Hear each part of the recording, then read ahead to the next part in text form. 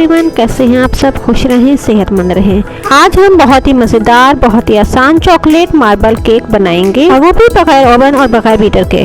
चलिए वक्त ज़ाया किए बगैर रेसिपी शुरू करते हैं। मेरे चैनल को सब्सक्राइब कर दें और बेल बटन को भी दबा दें, और मेरी वीडियो को लाइक और अपने फैमिली फ्रेंड्स के साथ ज़रूर शेयर करें।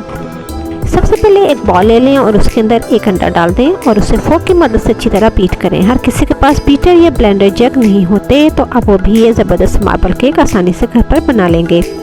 5 से 7 मिनट में झाग बन जाएगा। फिर इसमें पिसी हुई चीनी पौना कप यानी आधे कप से थोड़ी ज़्यादा हो, इसमें शामिल कर दें। अब आधा कप से थोड़ा कम तेल डाल दें। इसे मक्खन वगैरह की ज़रूरत नहीं। अब दोनों को अच्छी तरीके से हाथ से बीट कर लें।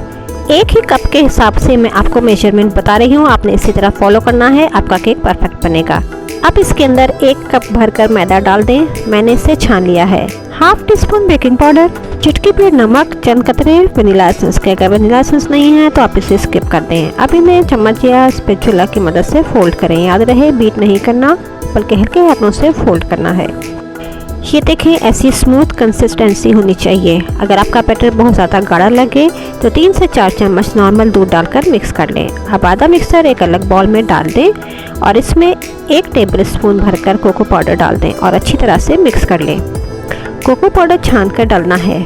अब एक मोल्ड ले लें और उसमें बटर पेपर लगा दें। फिर इसको ऑयल से ग्रीस कर लें। अगर बटर पेपर नहीं है तो ऑयल से ग्रीस करके थोड़ा सा मैदा छिड़क दें। अब बारी बारी दोनों बैटर इस तरह से मोल्ड में डालते रहें। अब कोई टूथपिक या छुरी या शाशलिक स्टिक या माचिस, कोई भी चीज़ आपके पास अवेलेबल हो, उसे लेकर इस तरह से डिज़ाइन कर लें। अब इसे 3 बार टैप टैप कर लें।